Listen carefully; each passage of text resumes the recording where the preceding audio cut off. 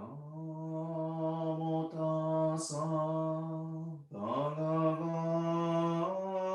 トアラハトサンマサンブダサ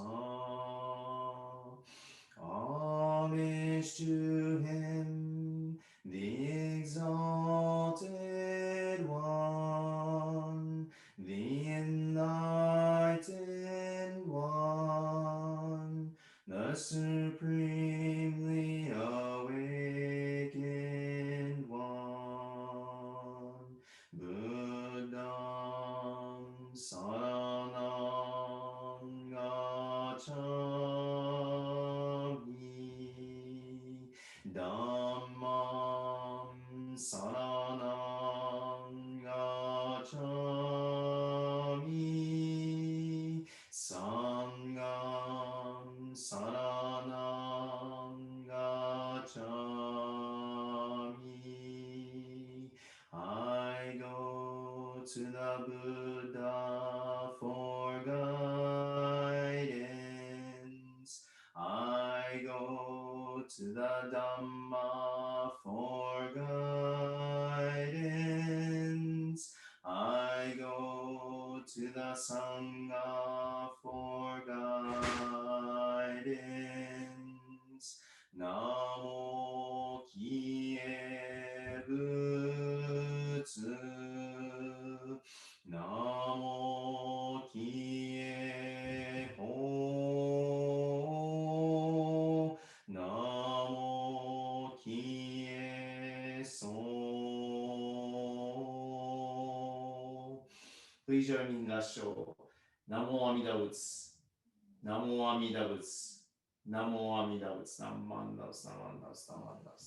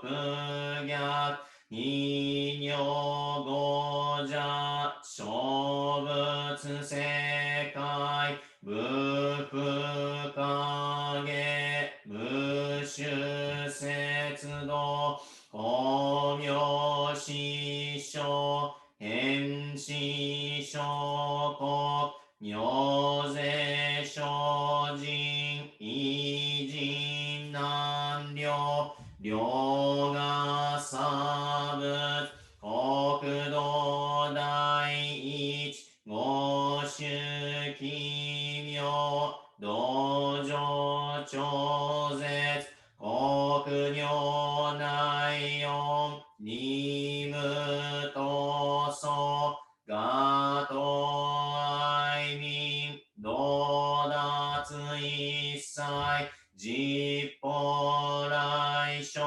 心熱症状意図が国経楽安穏法仏神妙税が心象発願の非力少々欲実法生存知恵無下上領子孫知が心行軽量心死食毒中画行精進忍術不敬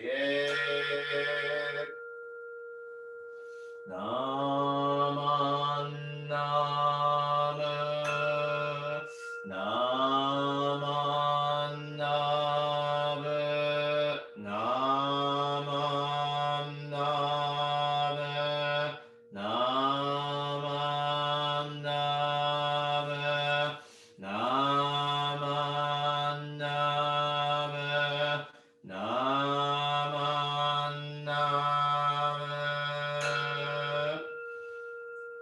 願にしく毒平等性一切のも大心往生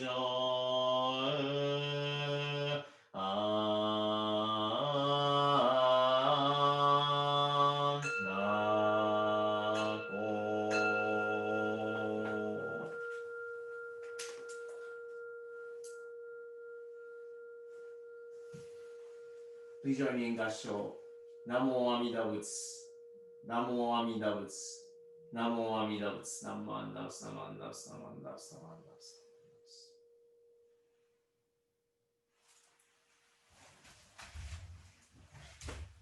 Please join me in reciting the Golden Chain, which is on page 15.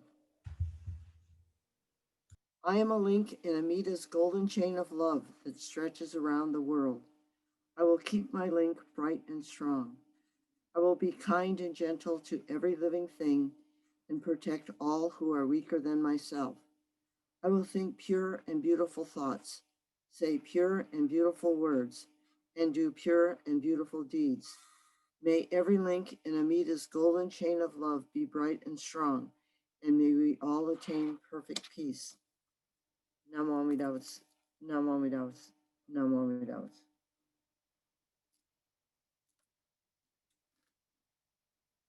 Good morning, everyone. I hope everybody's doing well in this really nice morning as the season gets a little bit colder. This morning, I'd like to introduce to you a story that I usually do in the fall.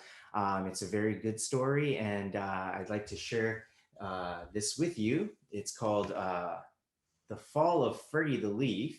I don't know if you've ever heard of this, but it's a book by Leo Buscaglia.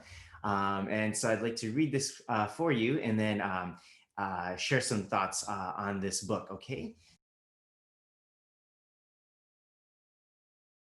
the theme, there's a lot of themes in this book, but one I'd like to touch upon for the Dharma School today is the term life with a capital L and life with a lowercase l. And there's two differences here. There's the one life, great life, right? The life that encompasses all things, nature, the universe, the trees, the ocean, the skies, every single human being, and all these little critters, and everything that is embraced within great life. Okay, and then there's life with a lowercase l, which is our own individual lives that we live. So according to this big L, the big life, no one is left behind. The fact that you are here means precisely that you are embraced in this great reality we call great life with a capital L. But it's easy to overlook this great life with a capital L because we get caught up in our own lives with the lowercase l.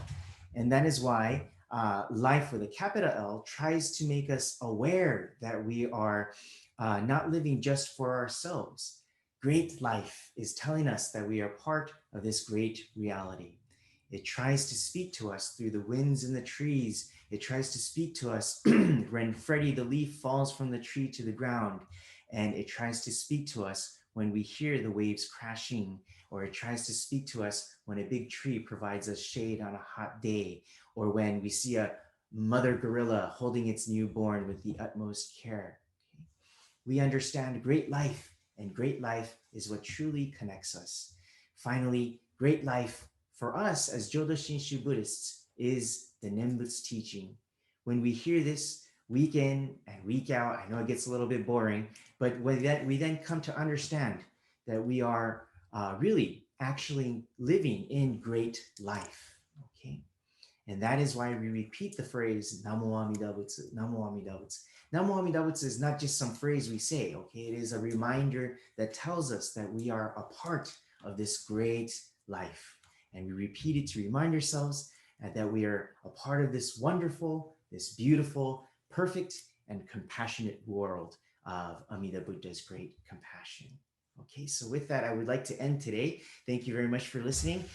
Please join me in Gasho. Namo Amida Butsu. Namo Amida Butsu. Namo Amida Butsu. Namo Amida Butsu. Namo Amida Butsu.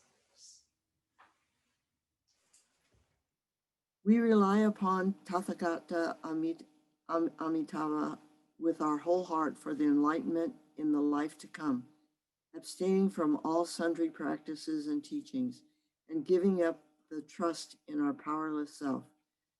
We believe that the assurance of our rebirth comes at the very moment we entrust and we call the name Namo Amida Butsu in happiness and thankfulness. We also acknowledge gratefully the benign benevolence of our founder and the succeeding masters who have led us to believe in this profound teaching. And we do now endeavor to follow throughout our lives the way laid down for us. Namo Amida Butsu, Namo Amida Butsu, Namo Amida Butsu.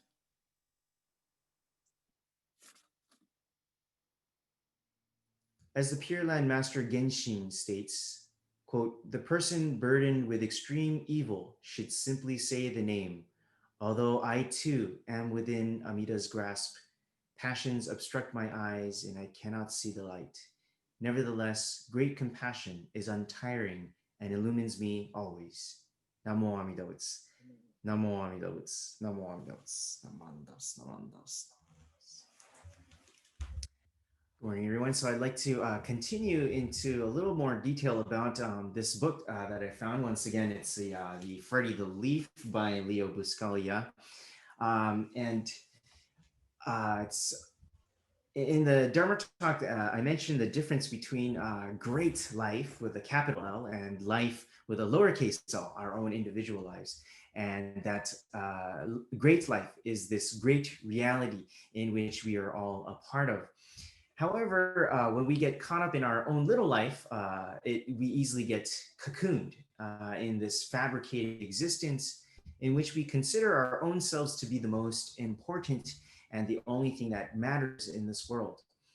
And despite the fact that we might do things like charity work, or that we have genuine care and love for our family members, nevertheless, there's still an element of self-interest that serves to legitimate, that serves to acknowledge, and ultimately grow the ego mind. The quote I read to you is by Genshin. He's one of the 7 Pure Land masters, and he mentions with genuine humility that his passions obstruct him from seeing the light that he is actually embraced within. Our little life has a tendency to obstruct us from seeing great life. But once we awaken to great life, we see that our little lives is but one small but indispensable aspect of great life. In other words, our little life does not become an obstruction to great life, but rather an expression of great life. So, Freddie the Leaf is a story in which the main character, Freddie, is guided by his good friend Daniel in understanding the truth of the reality that he lives in. Freddie lives in a world of impermanence, one in which the seasons change and ultimately brings everyone to the season of death for each leaf that lives on the tree. Freddie is unable to accept the fact that he will one day die, and he tries very hard to stay on the tree. But through the guidance of Daniel's teachings, the other leaves in the book, and finally through the act of death itself, Freddie is able to come to terms with his life and understand its true significance. There are a number of themes I'd like to address in this book. The first is when Daniel explains to Freddie that the leaves are different colors, such as yellow, orange, red, or a combination of those colors. He explains that the reason for this is that each leaf had a different experience, we call this a karmic condition, right? The karmic conditions that we create throughout our lives is who we are today. What we are at this very moment is a product of our past karmic actions, all the way from birth to grade school to college. And for me, I'd like to delete out the years of college, but I can't do that. But let's overlook that. But yeah, and then to the choice of coffee that you have in the morning, the meals that you eat, all of those decisions create who you are today. Right? So the leaves in the story, they faced the sun differently. They cast shade differently, etc. They're all different because the different causes and conditions of their karmic past. My physical stature, my features, my personality, my tendencies, my predicted actions in the future are a direct result of my own karmic past. Karma is not a bad thing, okay? A lot of times people misunderstand karma and think that it's supposed to be like this negative thing. What goes around comes around. There's a lot of those videos floating around on YouTube, but that's not the Buddhist understanding of karma, okay? That is a kind of misinterpretation of what karma is, okay? This constant repetition of cause and effect creates an intricate net of web of karmic conditions and who we are today. So Daniel is explaining to Freddie, your color is your color because of the conditions that led to be that. It's not good or bad, it just is. You are fine just the way you are. And because whatever color you are, in the end, all the leaves will fall. Another important point is when Freddie says to Daniel, I'm afraid to die, to which Daniel replies that we all fear what we don't know, but that Daniel was not afraid when the seasons changed. So why be afraid of death? And this is also a very important point. Freddie does not want to let go of the tree and is afraid to die. But Daniel explains to Freddie that death or letting go of the tree is a natural part of the process that one does not have to be afraid of. In Shin Buddhism, we say that when one passes away, that person is born in the Pure Land. In other words, that person goes to true reality, the fundamental life source. By becoming one with great life, one is said to become a Buddha and works to get those who do not know about great life to come to awaken to it. And because all beings go back to this life source, we can say that we will see our loved ones in the Pure Land. When Daniel lets go of the tree, he says, "Goodbye for now, Freddy," right? The passing of our loved ones and our own passing is not the end all. It is merely a change and a simple goodbye for now. Nevertheless, we still fear the unknown. I remember a story that my grandfather used to tell me that there once was this renowned Buddhist scholar, and he was very famous for always saying, いつ死んでもいい. I could die at any time. It doesn't matter when I die. I have understood life and I can let go at any time, right? And he's famous for saying this. But when it came time for his own death, he was scared. He was very scared, and he was crying to the doctor, "I don't want to die. I don't want to die." And so that's, I guess, when it actually happens to one, it's a very scary thing, right? But in Shin Buddhism, we do not guarantee that one will come to the understanding that one will not fear death. Shin Buddhism only offers the awakening to the understanding while in this life that one will be okay even after death.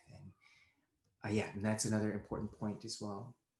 So another important point is when Freddie asks, what was all this for? What was all this for?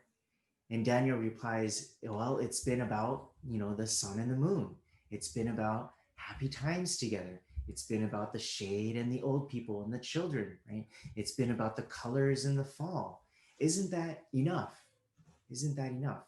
And that is exactly what Shin Buddhism is also trying to say as well. There's this famous movie. It's called Heat. I don't know if you've ever seen this movie, but it's with Al Pacino and Robert De Niro, and they're sitting at a coffee stand, and Al Pacino is a police officer, and Robert De Niro is a robber, and then the police officer asks the robber, why do you try to rob places? Don't you want to live a normal life? Don't you want to enjoy the normal things that normal people do, right? And the robber says, what's a normal life? Ball games and hot dogs, that kind of thing. And then the police officer replies back to the robber, yeah, that's what life is all about, ball games and hot dogs, right? And so I think Jyodo Shinshu Buddhism is trying to appeal to that as well, that the normal things in life, the everyday mundane things about life become special, and they have a significance in our everyday life, in this life. Actually, when we endlessly and insatiably want more, that is the evidence showing us that we've missed the point. What more is there other than being able to enjoy the meals together with family and friends? What more is there other than enjoying nature when we go out on walks? What more is there other than being old or being young and enjoying your time here? One of the great teachers of Shin Buddhism, Mukaibo Sensei, became a paraplegic from the neck down. So he's unable to move from the neck down in a tragic kind of car accident. And he's a Shin Buddhist priest. And this person actually becomes the reason why a former Tibetan monk converted to Jodo Shinshu Buddhism and now heads the Kathmandu Honganji in Nepal. Anyway, that teacher, Mukaibo Sensei, he's famous for saying in Japanese, let's see, how did he say? 自分でクソができるのがどんだけありがたいことなんや. And so it's kind of, he says it, he uses kind of a bad word. 自分でクソができるのがどんだけありがたいことなんや. And so that translated in English means, you guys have no idea how grateful it is that you can go to the bathroom by yourselves. So you guys have no idea how grateful it is that you guys can go to the bathroom by yourselves. And so, in other words, he was trying to say that you have no idea how grateful you should be that you can even do the simplest of things like going to the bathroom by yourselves without any assistance, and to be able to wipe your own bottom by yourselves, right? What seems to be a dirty yet necessary task of our everyday lives become a source of gratitude for this person. The fact that we can walk, eat, breathe, and see the things that we do, study the world, enjoy each other's company is not a given. We should be grateful for these things, but it is all too often easily overlooked. And the simple things in life, the things we expect to be automatic, become perfectly executed things that happen at the right time and the right moment. Your life was not an accident. It was supposed to happen, and it was meant to happen. And in that very right, you should value your life as a privilege that is given. What makes us understand that and see that is the teaching of Amida Buddha's compassion and infinite wisdom and compassion, or what we call Namo Amida Butsu. So when we awaken to this life source, just as Freddie did when he saw the tree in its entirety, then we see what our life was really about. It's about growing up and fighting with our brothers and sisters, or getting scolded by our parents, or all the life's events, graduating from school, eating meals with your friends, getting your first job, etc., etc. Thanksgiving dinners, right? These things are very important. And finally, it was about falling and seeing everything as such in its rightful place, as it is, without any judgments, without any attachments, or without any preconceived notions and expectations. Everything just as it is perfect. I would like to, in closing, one of the last things I'd like to show you is a movie clip.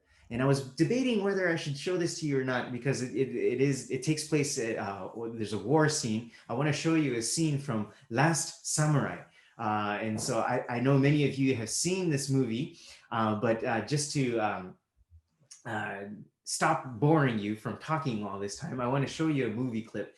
And in this scene, Katsumoto, this samurai person, Katsumoto, knows that it's the end for him and asks Tom Cruise, I forget his character's name, Tom Cruise, to end his life. Okay, so I would like to show you this segment.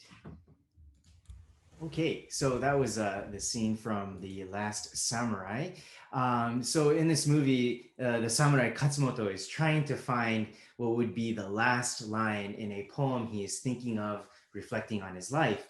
And he doesn't come to find that line until the last moment of his life, when he sees the sakura tree and the fluttering, the cherry blossoms that fall from the tree. And he says, they are all perfect, okay, as they are. They are all perfect. So it is in this moment that the dying samurai sees reality in the eyes of the Buddha from a Jodo Shinshu perspective, the eyes of true reality, and finally understands that all things are perfect just as they are. All things must wither away and die when the cherry blossoms fall away, or when the autumn leaf falls away. It is perfect in its own way. In the evanescence of life, everything is just perfect. When we awaken to great life, Amida Buddha's great compassion, we see that the ground we will fall on will be soft and even warm, as Freddie mentions. There is nothing to fear, and everything will be okay. This is what Amida Buddha's compassion teaches us. With the Nembutsu, we come to this understanding that we are okay just as we are. Everything is perfect and in its rightful place, and so are you. You will always be embraced in great life, which is Amida Buddha's warmth of great compassion. And with that, I would like to end today's Dharma message. Please join me in Gassho. The person burdened with extreme evil should simply say the name. Although I too am within Amida's grasp, passions obstruct my eyes and I cannot see the light. Nevertheless, great compassion is untiring and illumines me always. Namo Amida Butsu. Namo Amida Butsu. Namo Amida Butsu. Namo Amida Butsu. Ryoge Shitsugon. もろもろの造業雑種自力の心を振り捨てて一心に阿弥陀如来我らが今度の一大事の御所御助けそうらへと頼み申して候頼む一年の時往生一条御助け事情と存じこの上の称名はご恩報者と存じ喜び申し候この恩ことあり弔問申し分け候ことご解散承認ご出世のご恩次第相乗の全知識の朝からざる五関係のご恩とありがたく存じ候。この上は定めを課せられる恩をきて、一号を限り守り申すべく候。ナマンナーナマンダスナマンダスナマン